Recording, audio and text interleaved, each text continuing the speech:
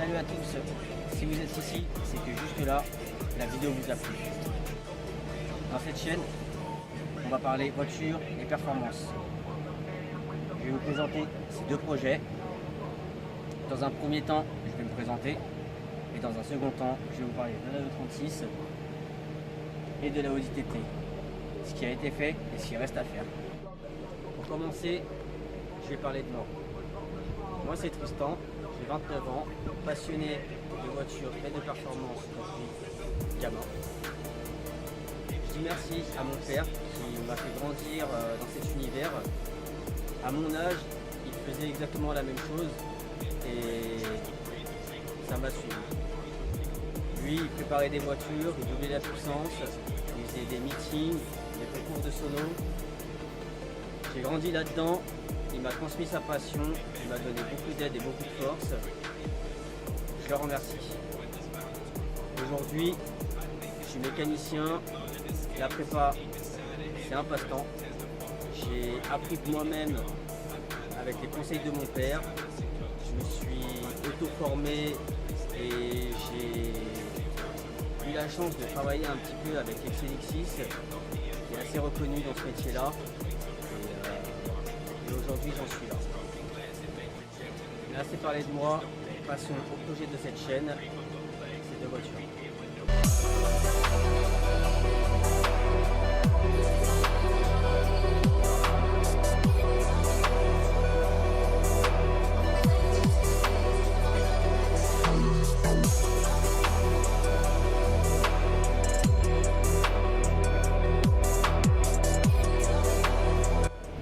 Pour commencer, parlons de cette 36 compacte, un 3 saisie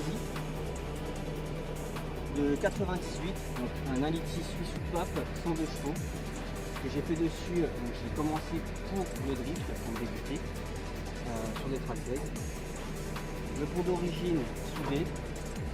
Et pour ce qui est du châssis, on a mis des combinés fil TT à Technos, petit budget pour commencer, c'est très bien.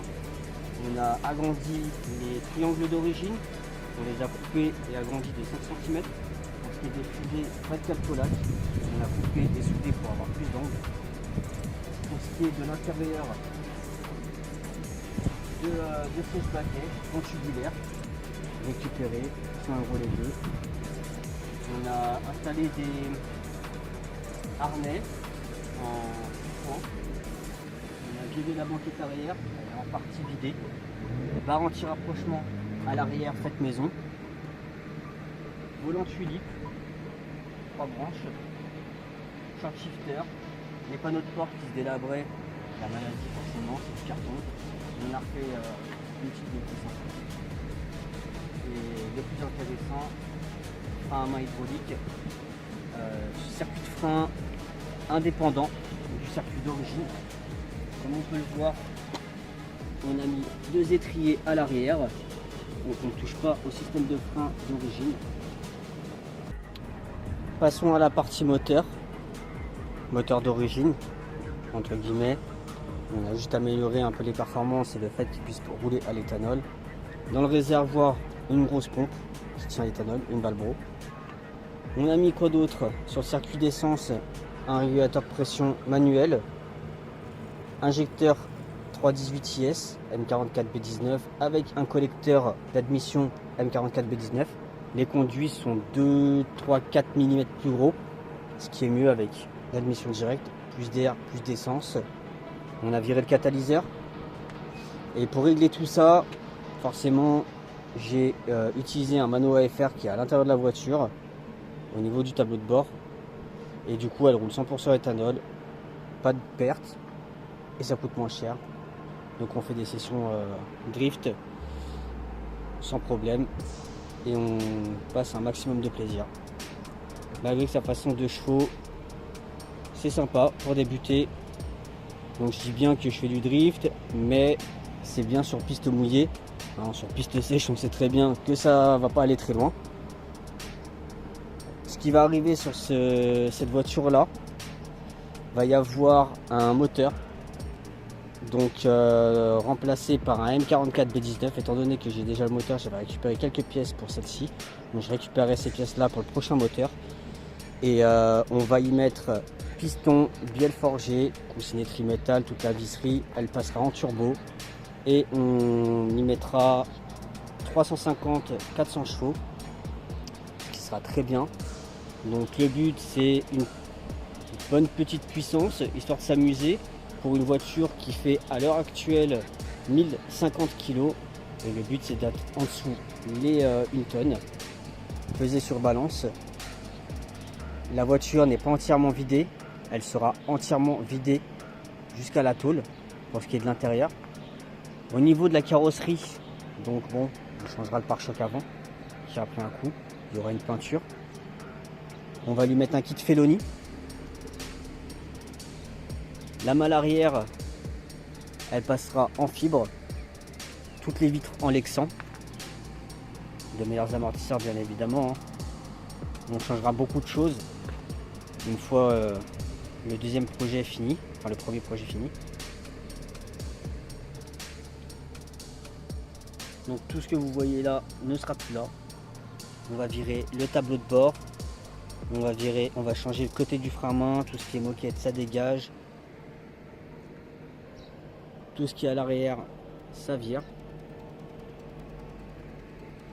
Donc le but, c'est en dessous les 1 tonne pour une puissance de 350 chevaux à 400. Si on attend les 400, c'est super cool.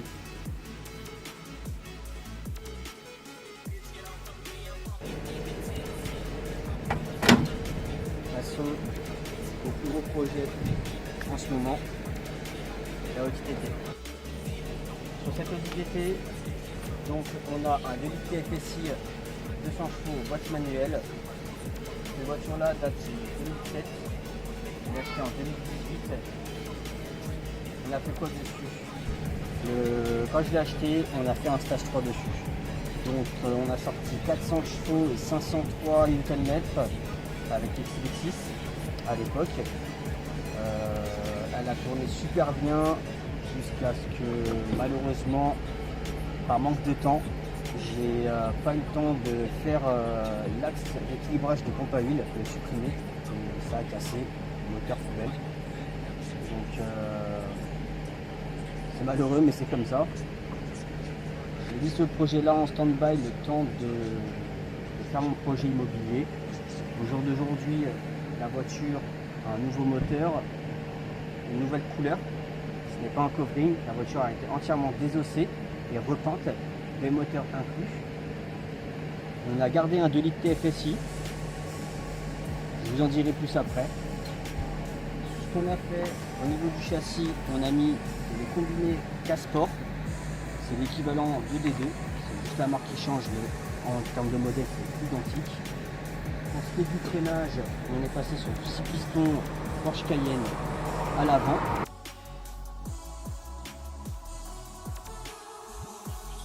Avec le disque Duberman et Zurich Aviation. Donc c'est du 6 pistons. Pour l'arrière, on est resté sur de l'origine. On a mis des disques et plaquettes Brembo avec le Zurich Aviation aussi. Qui sera amélioré par la suite. Pour ce qui est d'esthétique, pas grand chose. On a mis un pare-choc avant TTS avec calandre nid d'abeille. On a mis un aileron en carbone de la MK3, TTRS MK3. Des éléments en noir, teinté, toit noir et rétro noir. Une paire de jantes blanches, j'aime bien. C'est pour rouler sur route normale. J'ai des BBS Motorsport, des vrais, avec des pneus semi-slick, toujours en 18 pour quand il faut faire passer la puissance au sol. Donc on les mettra, vous les verrez sur la vidéo du passage au vent. Pour ce qui est de l'intérieur, pas grand chose, on y a mis un volant carbone avec le light shift. Il y a une tablette, vous allez savoir pourquoi. Donc imprimante 3D que j'ai faite pour mettre la tablette dans le bouche d'aération. Sinon rien de fou. Il y a un ciel de toit étoilé, fait maison aussi. Pour ce qui est du moteur, la partie intéressante. Donc comme je vous l'ai dit, 2 litres TFSI, 16 soupapes, turbo, moteur injection directe d'origine. On a tout passé en indirect. On a supprimé la pompe HP et tout le circuit d'essence d'origine. On est passé 100% basse pression. Donc on a dans le réservoir une grosse pompe. Par la suite, on a mis un filtre Micron qui arrive jusqu'à la rampe. La rampe, il y a 4 injecteurs 1300 cc par cylindre avec un régulateur AEM et un retour en 6 jusqu'au réservoir. Pour ce qui est du système d'air, on va commencer par un turbo Garrett G30 660 sur roulement avec un piping sur mesure pour se retrouver sur un échangeur frontal complet alu soudé sur la traverse d'origine pour avoir un maximum d'air frais en façade. Ensuite, on a un injecteur WMI. Donc voilà, water méthanol pour avoir de l'air encore plus frais et avoir un apport en CO2 plus important. Pour décharger tout ça, une tiale, gros diamètre, et un collecteur RTMG fait en CNC avec à l'intérieur des conduits Venturi pour optimiser le flux d'air. On part sur un collecteur bélier qui finit en 4 en 1 et une ligne d'échappement en 89 mm. Pour décharger toute la pression, on est sur une Westgate Tial en 38 qui ne crache pas par terre mais dans la ligne d'échappement. Sinon ça fait trop de bruit, c'est insupportable. Pour ce qui est des internes de ce moteur là, rien bien sorcier. On va commencer du bas vers le haut. Coussinet trimétal ACL avec bielle ZRP, piston JE, toute la visserie en ARP, et pour ce qui est de la culasse, soupape en liconel, ressort et coupelle en titane pour prendre plus de tours. Donc, comme je vous l'avais dit, la boîte c'est une boîte manuelle, donc embrayage renforcé obligatoire, 5 patins, short shifter, Et pour ce qui est des internes de boîte, donc on a mis l'axe de 4, on l'a rempli car il est creux d'origine. En plus d'y ajouter du coup la cale.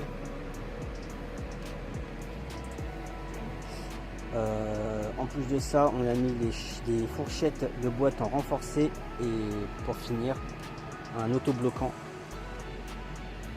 pour faire passer un maximum de puissance au sol. Pour gérer tout ça, calculateur programmable Max EQ. Donc oui, la voiture est équipée d'un Max EQ. C'est pour ça que la voiture est entièrement en injection indirecte, basse pression, car Max EQ faisait que des calculateurs en basse pression et j'aime beaucoup Max EQ. Et comme j'ai travaillé un petit peu avec l'XLX6, je trouve qu'il n'y a pas mieux, même s'il y a plus facile pour ce type de moteur réellement.